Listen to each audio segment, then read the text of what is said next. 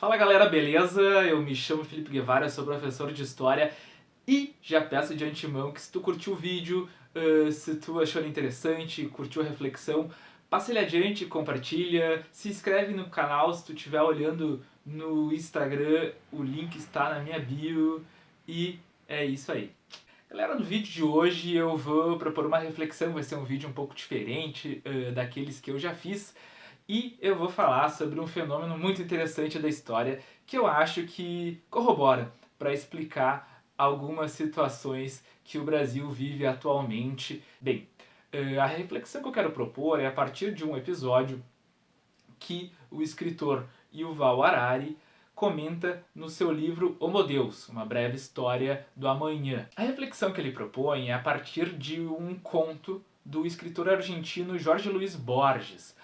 O Borges, então, imagina uma situação hipotética onde Dom Quixote, né, o personagem principal do famosíssimo livro de Miguel Cervantes, que vive, né, num eterno delírio, onde ele, né, um camponês sem muitas posses, seria supostamente um grande herói que viveria a vida, né, a combater gigantes que na realidade são moinhos de vento. E ele quer salvar uma dama muito poderosa que na realidade é uma simples camponesa, né? Então, na real, todo o enredo do famoso romance de Cervantes é delírios, né? São delírios do personagem principal, o Dom Quixote. O que Borges faz? Borges faz uma reflexão que é a seguinte: e se num desses devaneios de Dom Quixote ele porventura acabasse matando uma pessoa real e não lutando contra moinhos de vento que na sua cabeça são gigantes? Entendeu? O quanto que a nossa imaginação, o quanto que as projeções que a gente faz, o quanto que alguma narrativa muito absurda que nós podemos fazer na nossa mente pode ter consequências para a nossa vida e para a vida das pessoas que nos cercam. E como a gente lida com isso. A partir disso, o Borges chega em 3 hipóteses. Quais são essas 3 hipóteses? Eu acho que elas falam muito sobre determinada personalidade de pessoas no Brasil e o seu pensamento político. A primeira hipótese é a hipótese de que Dom Quixote estaria tão envolto, tão agarrado às suas fantasias, que tão pouco o que efetivamente ele fez de ruim na vida real atrapalhou a narrativa da cabecinha dele, né? E segue o baile, vida que segue, né? Ele continua com seus delírios, mesmo tendo feito um mal horrendo. O segundo cenário, então, é um cenário em que, percebendo que fez um mal muito grande, Dom Quixote sai do seu delírio e se dá conta que... Eu não posso falar palavrão. Cairia na real. E a terceira hipótese é, portanto, a mais profunda e a mais complexa, e é a que eu acho que se aplica a muitas pessoas no Brasil hoje que, muito ainda fixadas num conto de Borges, numa narrativa muito estapafúrdia, muito fora da casinha, muito fora da realidade, ainda estão agarradas nela. Por quê? Isso é, enquanto mais problemático a consequência dessa narrativa for na vida das pessoas e na nossa vida, enquanto mais consequências negativas essa narrativa que a gente construiu tiver na realidade, mais forte a história da cabecinha fica. Entendeu?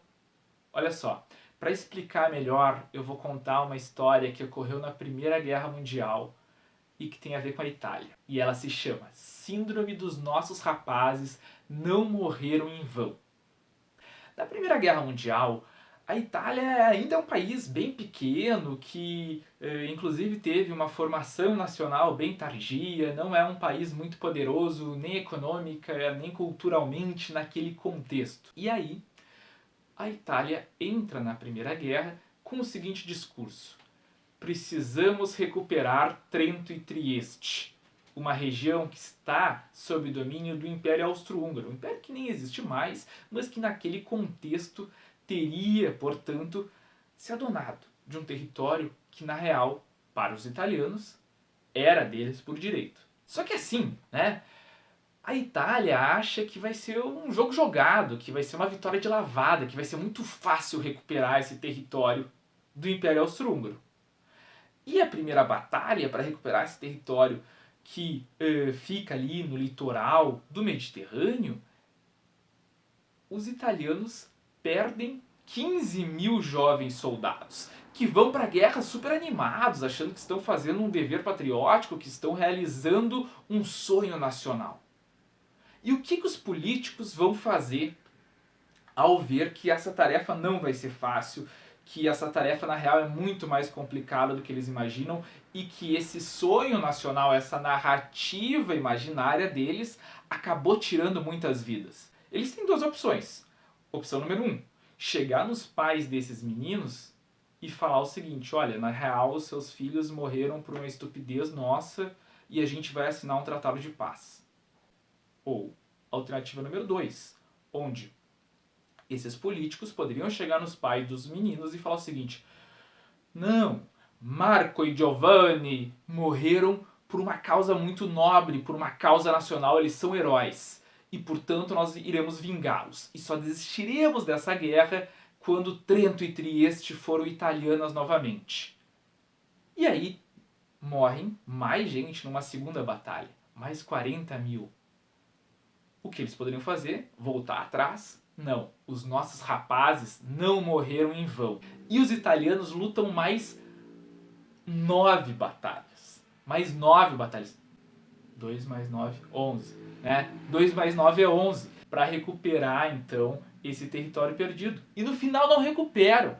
Né? E na 12ª batalha, então, o Império Austro-Húngaro vai lá e empurra os italianos para dentro de seu território, chegando às portas de Veneza. Portanto, essa é a síndrome dos nossos rapazes não morreram em vão. Só que a culpa também não é só de políticos. Veja bem, a gente também pode pensar nos pais desses meninos alegando que não, realmente, Marco e Giovanni são heróis e no futuro eles votarão num carinha chamado Benito Mussolini que vai dizer que a Itália tem que vingar. E também os próprios sobreviventes da Primeira Guerra Mundial, em sua grande maioria, vão se filiar nesse discurso. Afinal, é muito mais fácil para mim, que sou um mutilado de guerra, mais fácil, entre aspas, óbvio, alegar que eu perdi uma perna por uma causa nobre, eu fui mutilado por uma causa nobre, eu fiquei com problemas psicológicos por uma causa nobre, do que efetivamente eu dizer que eu acreditei em políticos com interesses escusos e, portanto, fui um pouco tonto e acabei sofrendo as consequências. Deu para entender? Por que é tão difícil para algumas pessoas se darem conta de que elas acreditaram em algo que teve consequências muito ruins para a vida de pessoas e para a vida, inclusive, de pessoas que se foram? É o seguinte: enquanto pior forem as consequências para o mundo real, mais forte a fantasia fica. Porque, convenhamos, tem que ter muito estômago para dizer que, não, realmente, tudo isso que eu acreditei até agora teve consequências horríveis para a vida em sociedade, portanto, eu não fui muito inteligente e eu estava errado. Afinal, enquanto mais sacrifício por essa coisa, né, mais a gente quer justificar esse sacrifício. Essa é a moral da história. Porém, há um outro lado também, um lado muito bonito, que a gente pode ressignificar esse caminho mal escolhido das nossas vidas e transformar ele numa coisa positiva. Eu vou usar o exemplo do professor Horácio Slughorn, que, muito envergonhado de ter corroborado com uma hipótese no livro Harry Potter para que Voldemort criasse 7 Horcruxes, acaba transformando essa passagem numa ajuda a pessoas que querem derrotar Voldemort. Entendeu? Ele ressignificou algo. Como se um soldado que participou da Primeira Guerra Mundial se tornasse um pacifista. Sacou? Então tá, galera. Esse é o vídeo de hoje, essa reflexão, e espero que tenham gostado. Não se esqueçam, se inscrevam no canal, fiquem bem e beijo.